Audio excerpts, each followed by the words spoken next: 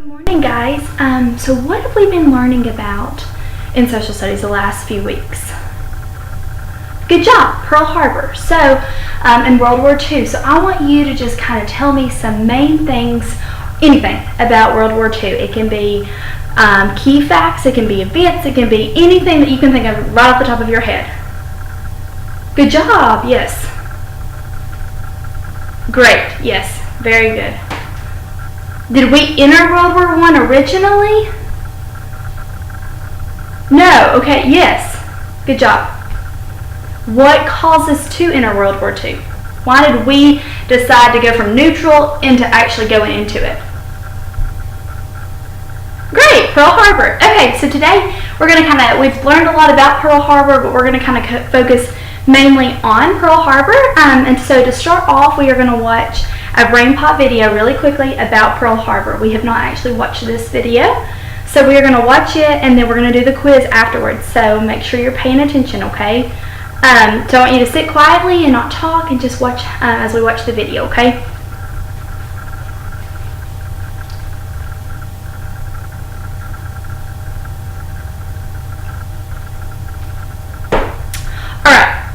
Now we are going to start PALs today, and everybody knows about PALs, so we're going to go ahead and get our paper and pencil out. Remember, it can be scratch paper, it can be computer paper, whatever you have available, go ahead and get that out. You've got about 10 seconds.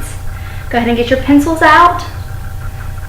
Alright, looks like everybody has it. So, the first 2 minutes of PALs, what do we do? Yes. Right, we sit and we work quietly for 2 minutes. We don't take our pencil up or our pencil or our pen, crayon, whatever we're writing with, we do not take it off that paper for the first 2 minutes. Do we write complete sentences, guys? No, but you don't. No, but you can. Okay, yes, very good. Can you draw pictures? Yes, okay, so you can illustrate, you can draw, you can write key terms, you can write bullet points, you can do sentences, whatever you want for these 2 minutes. You write and your pencil does not come up. Write everything that you know about World War II or Pearl Harbor, because that's what we're focusing on right now, okay? Ready? Go.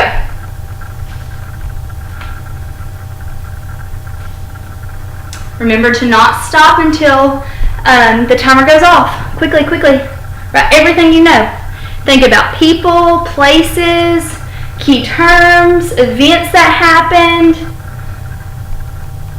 Why did it start? What was the main point of it?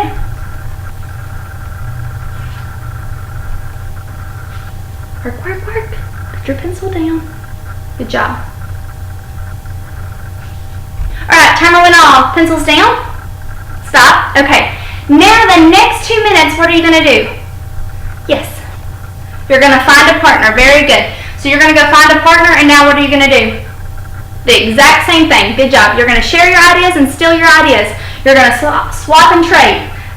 Take in your paper when your 2 minutes is up the next time. You've got your paper should be filled with more things than when you started. It should have more drawings or more key facts or more opinions or more people. Whatever you're writing, it needs to be on it when you end than when you started. Remember? Okay, you got 7 seconds to find a partner. Ready, set, go. Okay, I'm setting the timer. 2 minutes, pencils down. Go. You can talk, share ideas, draw pictures. We're stealing and taking, and we're giving. Sharing, stealing, and taking. Good job. Yep. Keep writing. Remember, you got 2 more minutes. Quickly, quickly.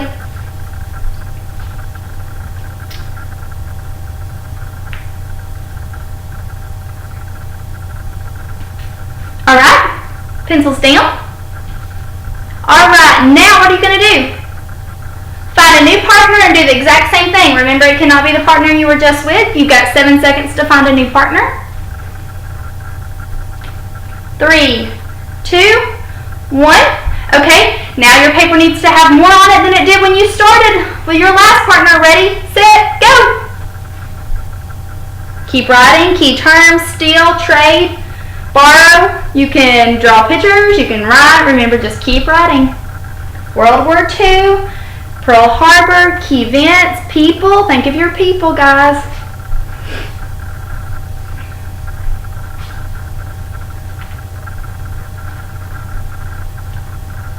Good job. Now go sit back to your seat quickly. You got 10 seconds to get back to your seat sitting quietly. Let's go. 8, 7, 6, 5, 4, 3, 2, 1. Okay, so now I'm going to write up here the big key terms that we talked about. Remember, if somebody shares a key term or a big idea from their paper that you do not have, go ahead and write it down in your paper. So for example, if they say something about the bombing of Pearl Harbor and you do not have it on your paper, you're going to write it on your paper or draw a picture. Your paper, if it doesn't have it, it should have it by the time we get done. And instead, just to save time, instead of writing it, we're just going to recall them. So raise your hand and tell me some big key ideas of World War II. Yes. Japan bombed Pearl Harbor. Good job. What is Pearl Harbor, guys? The naval base on the U.S. Good job. Is it located? Where is it located? Hawaii. Very good. Okay. What else? Yes. Good job. Good job. Make sure you write that down, guys, if you don't have it. Okay, what else? A few more key big ideas. It was the day that lit. Yes. Very, very good. Make sure you write that down. That is a quote. Okay, go ahead and stop what you're writing. Those are some of our big ideas. Now we're going to pull up our PALS PowerPoint, and we're just going to walk through the pictures. Y'all know the routine, and you're going to see, what do you notice? What's in the pictures? What do you think? What do you think's going on? That kind of thing before we get to our reading today, okay? So let's just look at these pictures really quick. And what do you see or what do you notice? Good job. Okay. Why do you think these pictures are in black and white, guys? Okay. Maybe. Very good, very good. Okay, let's look at this next picture. What do you see or what do you notice? What does it make you think about? Are they Americans? How do you know that? How do you know they're not Americans? Okay, by their uniforms. Okay, what else? Their looks are different than Americans. Okay, well, let's go to this next picture. Who are they? They are Americans, and how do you know that? Okay, American flag, their uniforms, their looks. Okay, very good. Okay. So great job, guys. So before we do that, we're going to now choral read our passage. And I've already handed all of them out to you, and I told you remember to put them in your desk. So what I want you to do right now is I want you to get your passage out. I'm going to grab mine.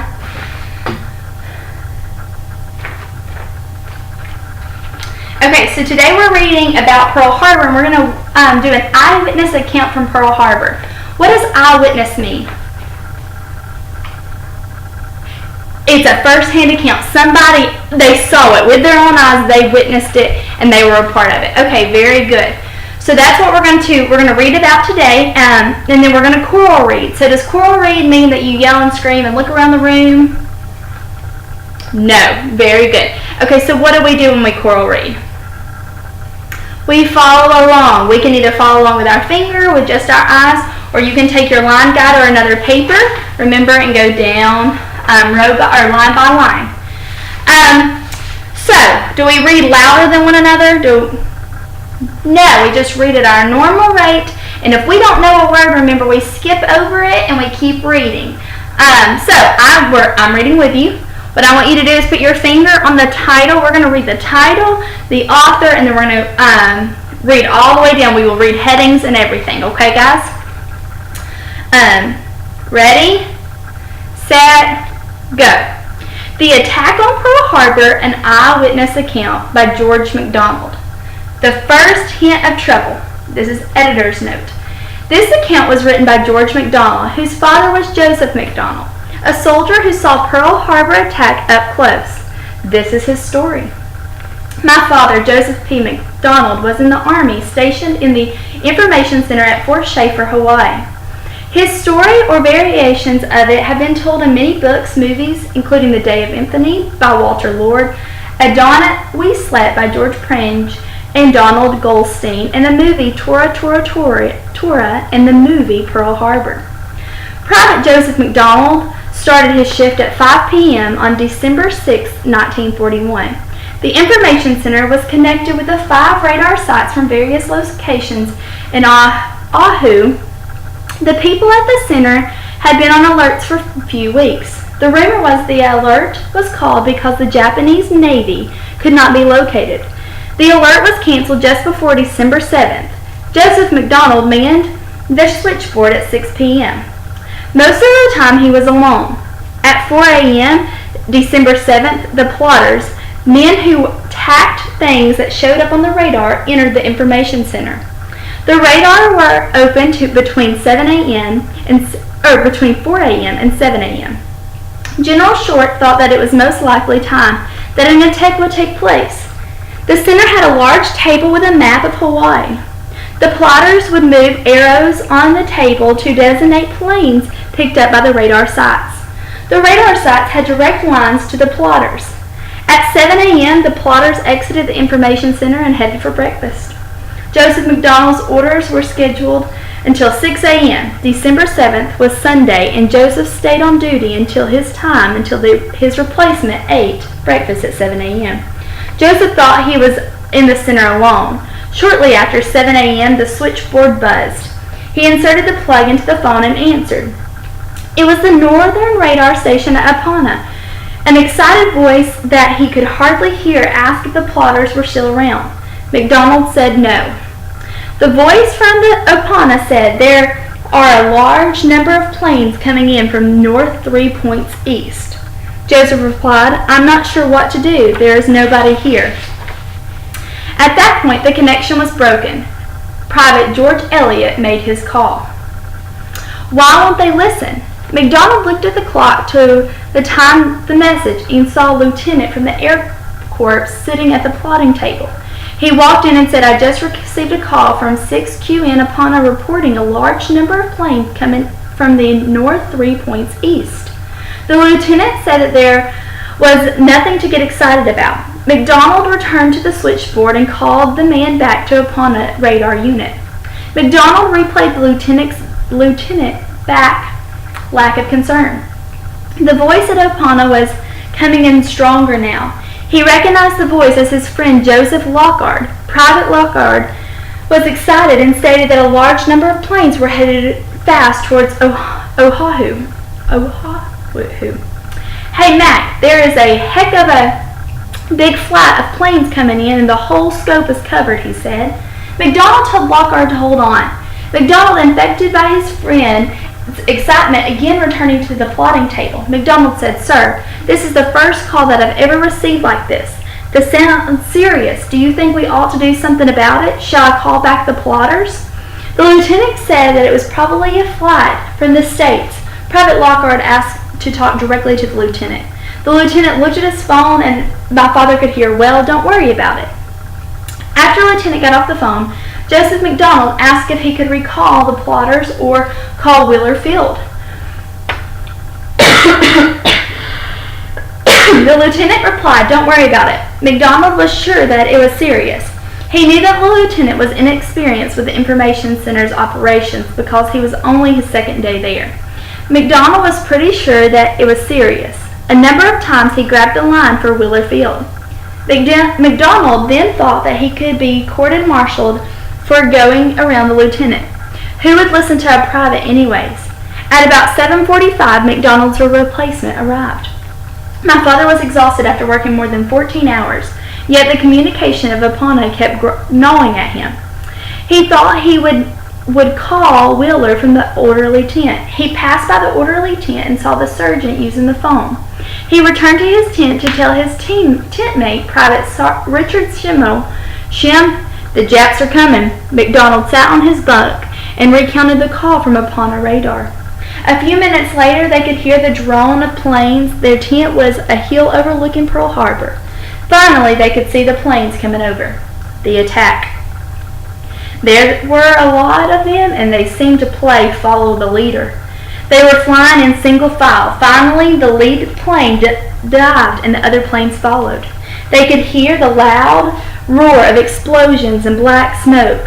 A radar was playing in the nearby tent. The music stopped and a frantic voice said, "All cars keep clear of Pearl Harbor. Pearl Harbor is under attack by the Japanese." McDonald and Schimmel ran to get a better view of the top of the mess hall.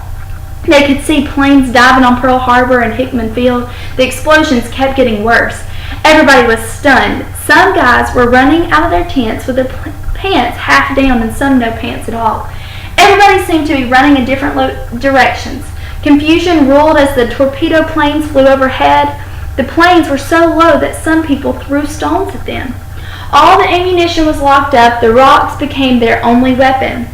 Anti-aircraft guns from the 64th CA across the street tried to knock down the oncoming planes. They came so close that it knocked Schimmel and McDonald down to the floor of the mess hall roof. They ran to the tent and got their guns and gas masks and headed to the information center. They worked through the day answering calls from various military bases. Later, in an investigation of Pearl Harbor attack, Associate Supreme Court Justice Owen Roberts reportedly said to my father that the message that my father received was far greater than the message to Garcia. The reference was a message from the president to the commanding general in Cuba during the Spanish-American War. It was critical to win the war. Later, as written by W.H. Teagley, Commander Officer of the 580th Aircraft Warning Company Signal Corps, Joseph McDonald performed an outstanding manner on 7th December 1941 when he manned the AWS switchboard in order to keep the Air Corps duty officer appraised by the position of the approaching Japanese bomber force. Had the duty officer been able to get his fighter wing airborne, he would have deprived the Japanese of the important elements of surprise, which was so much in their favor. Teagley also believed that lives would be saved during the Pearl Harbor attack had the radar warning been heeded and the damage from the attack had been much less. This was reported February 11, 1987 on the Honolulu Star Bulletin. December 7, 1941 was my father's longest day. My father continued in the Central Pacific, hopping on a number of islands as the military headed for Japan. He did not talk a lot about Pearl Harbor publicly. He always questioned how many lives might have been saved if the radar warning had been heeded. Alright guys, so that was a little bit different kind of story than we've read over the last few days and weeks, just learning about World War II. But it was very interesting to see that type of account and eyewitness and hear it from a personal story. So I want to look at our passage and look at some big words, and I want y'all to kind of talk about them before we reread and we choral read one more time. Okay, guys? So what are some big words that you didn't know or you couldn't pronounce and you didn't understand?